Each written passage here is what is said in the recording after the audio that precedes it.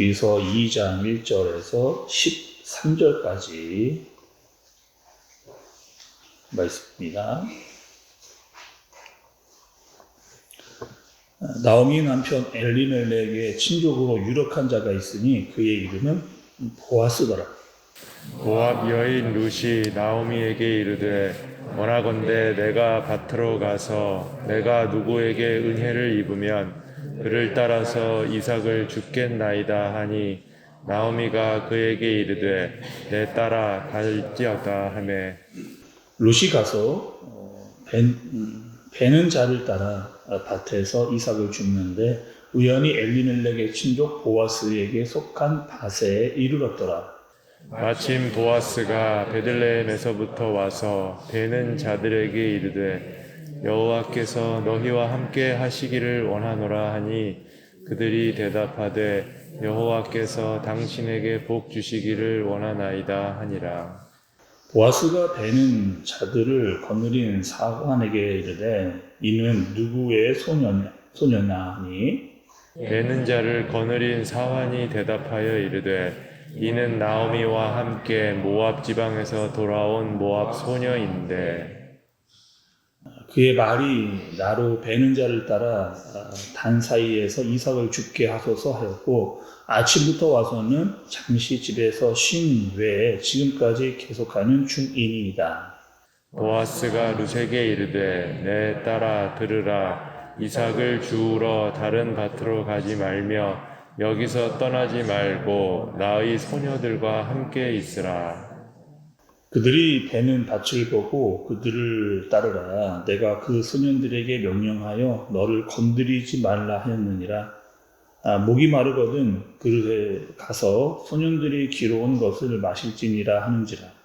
룻이 엎드려 얼굴을 땅에 대고 절하며 그에게 이르되 나는 이방 여인이거늘 당신이 어찌하여 내게 은혜를 베푸시며 나를 돌보시나이까 하니 보아스가 그에게 대답하여 이르되 내 남편이 죽은 후로 내가 시어머니에게 행한 모든 것과 내 부모와 고국을 떠나 전에 알지 못하던 백성들에게로 온 일이 내게 분명히 알려졌느니라. 여호와께서 내가 행한 일에 보답하시기를 원하며 이스라엘의 하나님 여호와께서 그의 날개 아래에 보호를 받으러 온 내게 온전한 상 주시기를 원하노라 하는지라. 함께 보겠습니다. 룻이 이르되 내 주여 내가 당신께 은혜 입기를 원하나이다. 나는 당신의 하녀 중에 하나와도 같지 못하오나 당신이 이 하녀를 위로하시고 마음을 기쁘게 하는 말씀을 하셨나이다 하니라. 아멘. 네, 우리는 그 룻기서 1장에서 여러분 조금은 너무나 안타깝고 또 안담했던 한 여인의 가족사에 대해서 우리가 살펴봤습니다. 이게 여러분 남의 이야기로 들려지니까 그럴 수 있나 보다 하지만 이것이 만약에 여러분 우리의 인생 가운데 이러한 어려움이 찾아온다면 그럼 우리는 어떤 마음이었을까 한번 생각을 해보시죠. 나오미 입장에서 자신이 남편이 죽었습니다. 그리고 죽은 지 얼마 안 돼서도 두 아들이 죽고 가지고 있는 재산과 모든 것이 다 사라져 버린 것 같은 막막한 인생의 앞길이 놓여져 있을 때 그 나오미의 마음이 어떠했을까. 그리고 이제 자신을 따라오겠다라고 하는 룸만을 데리고 며느리였죠.를 데리고 고향 땅으로 돌아와서도 만만치가 않은 보는 사람들마다 내가 여기 왜 돌아왔는지 나의 가족은 어떻게 됐는지를 묻는 사람들을 보면서 얼마나 마음이 아팠을까라고 하는 그 나오미와 룻의 어떤 상황과 형편과 마음이 이렇게 어렴풋하게 또 말씀을 읽으면서 이해가 되는 거죠. 그리고 어제 말씀에서 1장이 어떻게 마무리되었냐면 보리 추수를 막 시작할 때라고 하는 그 시기를 가지고 1장이 마치면서 2장으로 넘어왔습니다. 오늘은 여러분 그 처음의 시작인데요. 2장이 어떻게 시작이 되느냐? 뭔가 이제는 그들의 인생 가운데 전환점이 있을 것 같은 분위기를 알려주는 것이 22장의 말씀입니다. 특별히 1절의 말씀을 보면 나오미의 남편 엘리멜렉의 친족으로 유력한 자가 있으니 그의 이름은 보아스더라. 이렇게 이야기를 하고 있습니다. 여기서 지금 어떤 한 사람이 등장을 하고 있는데 그 사람은 유력한 자. 성경에서 보면 이 유력한 자를 어떻게 이야기하느냐? 보통은요, 힘이 있는 자, 또 용감한 자, 이렇게 지칭을 하는데 여기서는 제법 부유한 자라고 이렇게 뜻이 됩니다. 그러니까 제법 얼마만큼의 부유한 넉넉한 재산을 가지고 있었던 그 보아스라고 하는 사람이 등장을 합니다. 또 여러분 말씀 읽으시면서 발견하시는지 모르겠지만 이 룻에 대해서 이야기를 할 때 자꾸 말씀이 강조하는 게 있어요. 그냥 룻이라고 이야기하면 되는데 성경은 자꾸 모함 여인 룻, 모함 여인 룻, 그러니까 이방 여자라고 하는 것을 말씀이 계속해서 강조를 하고 있으면서 또 룻이 얼마나 이렇게 조금 안타까운 상황이었는지를 이야기해 주는 것 같은 이 표현을 계속해서 사용하는 것을 볼 수가 있습니다. 여러분 우리가 1장을 보아오면서 그 룻이라고 하는 여인의 품성을 여러분 어떠했을까요? 그 룻이라고 하는 여인의 품성, 아마도 룻의 그 마음이 좋지를 않고 품성이 좋지 않았다면 시어머니를 모시지 못했을 겁니다. 자기만 잘 먹고 살고자 했을 것이고 또 시어머니를 따라오지도 않았을 거예요. 그리고 오늘 말씀해 보니까 이 룻은 이 생계를 감당하기 위해서 그리고 자신도 먹고 살아야 되지만 이 시어머니를 위해서도 나가서 일을 해야 되는, 그 당시에 여인들이 특별히 할 수 있는 일이 없었기 때문에 밭에 나가서 이삭죽질을 할 수밖에 없는 그런 처지에 놓여 있어서 오늘 그 어머니에게 허락을 좀 구하고 있는 겁니다. 나오미가 나가서 이 지금 보리 추수 때이니까 나가서 좀 이삭을 주워서 오겠습니다 라고 이제 어머니에게 부탁을 하는 거죠. 여러분 그 이스라엘의 이 추수 때의 상황을 조금 이해를 좀 하셔야 되는데 이스라엘은 어떻게 했느냐? 추수 때에 이 곡식을 뺄 때 곡식을 다 베지 않았습니다. 그러니까 양쪽 끝 뭐 이런 모퉁이에 있는 이런 이 곡식들을 다 베지를 않고요. 또 떨어져 있는 이삭도 다 죽지 않았습니다. 그리고 포도를 거둘 때도 포도나무에서 포도의 열매를 어느 정도 남겨두는, 그러니까 이것을 왜 이렇게 남겨두느냐? 가난한 자들을 위해서, 지나가다가 또 힘들어서 먹을 것을 찾아 나오는 이들이 뭔가는 먹을 것이 있도록 하기 위해서 그런 조치를 이스라엘에서 해놓은 거죠. 성경에서도 보면 계속 이런 사람들을 위해서 먹을 것을 남겨 두어라 라고 하는 성경 구절이 굉장히 많이 구약에 나온 것을 볼 수가 있습니다. 그 중에서 한 절만 말씀 좀 찾아보면 레위기 23장 22절에 이렇게 기록이 되어 있습니다. 여러분 잘 한번 들어보시죠. 너희 땅에 곡물을 벨 때에 밭 모퉁이까지 다 베지 말며 떨어진 것을 줍지 말고 그것을 가난한 자와 거류민을 위하여 남겨두라. 나는 너희의 하나님 여호와입니다. 이렇게 기록을 해놨습니다. 다 거두지 말고 불쌍한 자들, 먹지 못하는 가난한 자들, 또 이방 사람들, 거류민들을 위해서 남겨두어라. 이렇게 하나님께서 가난한 자들을 보호하시기 위해서 이런 조치를 해놨다라고 하는 거죠. 또 오늘 말씀하면 2절에 보시면 은혜를 입어야만, 그러니까 이런 거죠. 그 밭의 주인의 은혜를 입어야만 이 사람들이, 가난한 사람들이 와서 이삭죽질을 할 수 있는 그런 상황입니다.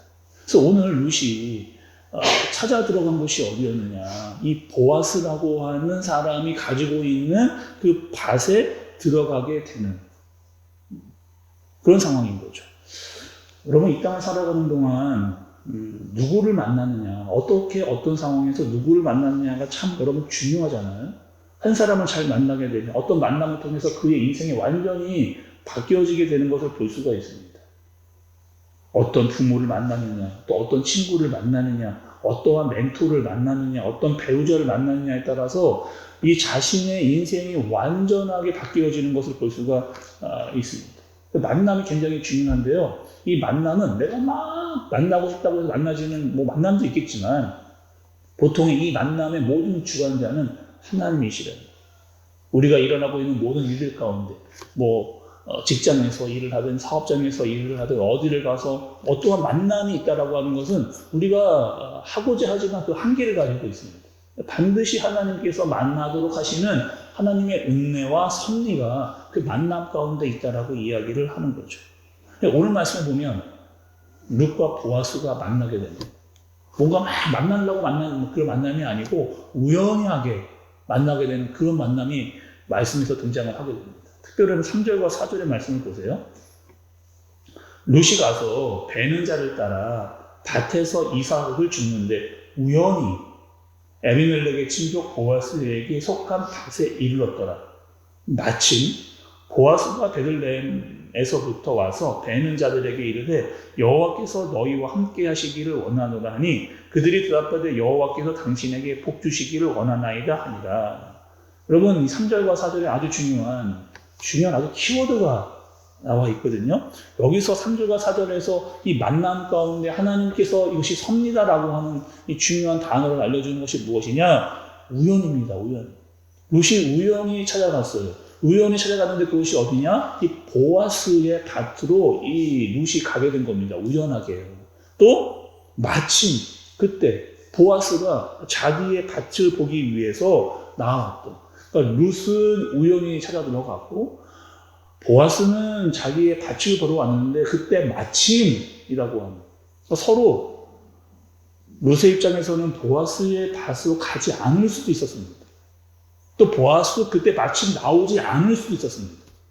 근데 룻은 우연치 않게 보아스의 밭으로 갔고 또 그 밭은 보아스가 주인인데 오지 않을 수도 있던 상황에서 보아스가 오게 되어지는 특별한 만남이 이루어지는, 서로 의도하지 않았지만 이 룻의 인생 가운데 참 암담하고 깜깜했던 그 인생 가운데 하나님이 계획해 놓으신 특별한 만남과 섭리가 일어나는 그런 환경을 보게 되는 거죠. 사실 여러분, 우리 믿는 사람들의 입장에서 우리는 우연히는 믿지 않습니다. 그러니까 성경은 지금 우연이라고 표현을 했지만 이 우연은 어떤 우연이에요? 하나님의 계획 가운데 일어나는 만남입니다. 하나님께서 준비해 놓으신 섭리와 계획 가운데 일어나는 일이에요. 그러나 그것을 우리의 입장에서 보면 우연이라고 보게 되는 거죠. 그러나 하나님의 입장에서 하나님의 계획 가운데 그 어떠한 우연도 있지 않다는 겁니다. 보아스가요, 룻에게 세 가지 조치를 취해주는 것을 볼 수가 있어요. 오늘 말씀에 보면. 첫째는 뭐냐면요, 내 울타리 안에 거하라는 거예요. 나의 울타리 안에 다른 데 가지 말라는 거예요. 다른 사람의 밭에 가지 말라는 겁니다.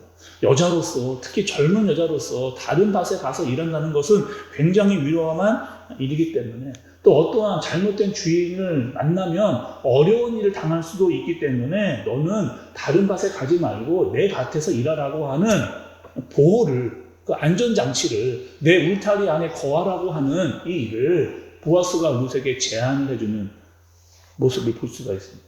두 번째는요, 내 물을 마시라는 거예요. 내 물을 마시라. 여러분, 그 당시에 그 이스라엘 지방, 중동 지방이잖아요. 굉장히 뜨거운 햇살이 내리쬐는 그런 일 중에 이삭 줍기를 하면서 가장 힘든 일이 있다는 겁니다. 뭐냐면 갈증이죠.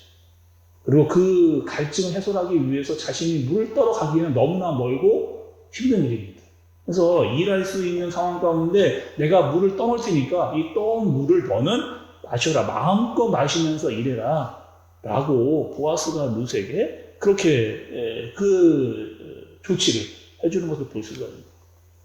세 번째는요, 보아스가 룻에게 네가 어떠한 사람인 줄 안다는 거예요. 네가 어떻게 여기까지 왔는지를 내가 안다는 거예요. 또 어떠한 상황에 이어서 어쩔 수 없이 여기까지 왔는지 내가 다 알고 있다. 한마디로 말하면요, 룻의 상황과 너의 품성과 너의 가치를 내가 알고 있다. 이렇게 보아스가 이야기를 해주는 겁니다.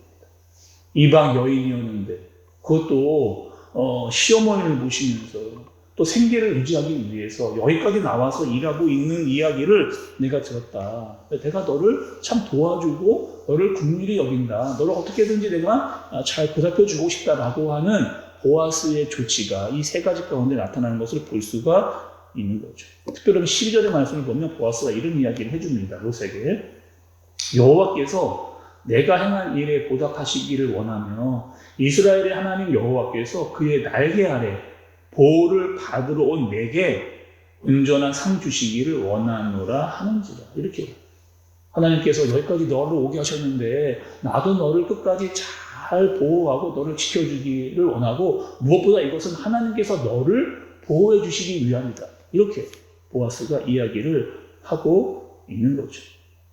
보아스는 룻을 긍휼하게 여겼습니다.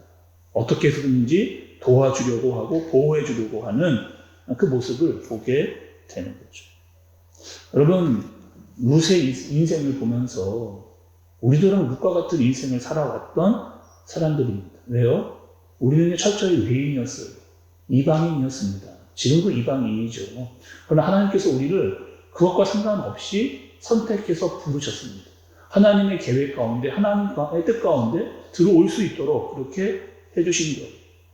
그럼 어떻게 하셨습니까? 하나님께서 우리를 그의 울타리 안에, 하나님의 보호 아래 거하게 해주신 거죠. 그리고 하나님께서 우리를 예수님을 통해서 생명의 강에서 우리의 목마름을 채우시는 분이 우리 바로 하나님이라고 하는 겁니다. 그리고 우리의 가치를 알아주셨어요. 너는 내 아들이랍니다. 내 딸이다. 이렇게 말씀해 주시는 분이 하나님이죠. 마치 보아스에게서 보아스가 룻에게 했던 그 모습 속에서 하나님께서 우리에게 하셨던 일들을 보게 되는 거죠. 우리를 보호하시고 그의 울타리 안에 살게 하시고 우리의 목마름을 그분이 채워주시고 또 우리의 가치를 알아서 그 말씀을 우리에게 해주시는 그 모습. 그리고 우리의 인생 가운데 여러분 중요한 게 있습니다. 우리의 인생 가운데 그 어떤 우연도 없다. 하나님의 섭리와 하나님의 계획이 우리 가운데 있다는 겁니다. 특별히 하나님의 헤세드, 하나님의 자비가 우리의 인생 가운데 흘러가고 있다라고 하는 사실을 여러분 반드시 아시기를 바랍니다. 비록 암담한 인생으로 시작을 했지만 하나님께서 룻의 인생을 통해서 그 인생을 어떻게 열어가시는가. 때를 따라 하나님께서 그 길을 여시고 만나게 하시고 살아갈 수 있도록 해주시고 또 만남을 주시고 계획 가운데 거하게 해주셨던 그 룻의 인생을 보면서 우리 또한 하나님의 그 자비, 하나님의 그 헤세드, 하나님의 섭리를 잘 볼 수 있는 그것을 인도받을 수 있는 저와 우리 모두가 되어지기를 예수님의 이름으로 축복합니다. 기도하겠습니다. 하나님 아버지, 하나님께서는 나오미와 룻을 계속해서 보고 계셨습니다. 그리고 하나님께서 정하신 때에 하나님의 방법으로 하나님의 사람들을 이끌어 가시는 것을 보게 되었습니다. 여전히 그의 인생들 가운데 하나님의 은혜와 섭리가 흐르고 있었음을 보게 됩니다. 하나님, 우리도 하나님께서 주시는 은혜와 섭리를 사모하오니 주님, 우리를 인도하여 주옵소서. 말씀과 기도로 하나님의 섭리를 좀 알며 살아갈 수 있도록 인도해 주시고 하나님이 주시는 역사 가운데 믿음으로 반응할 수 있는 우리 모두가 되게 하여 주옵소서. 간절한 마음으로 주님께 기도를 올리오니 주님 기도에 응답하시고 귀한 은혜를 나리여 주시옵소서. 예수님의 이름으로 기도드리옵나이다. 아멘.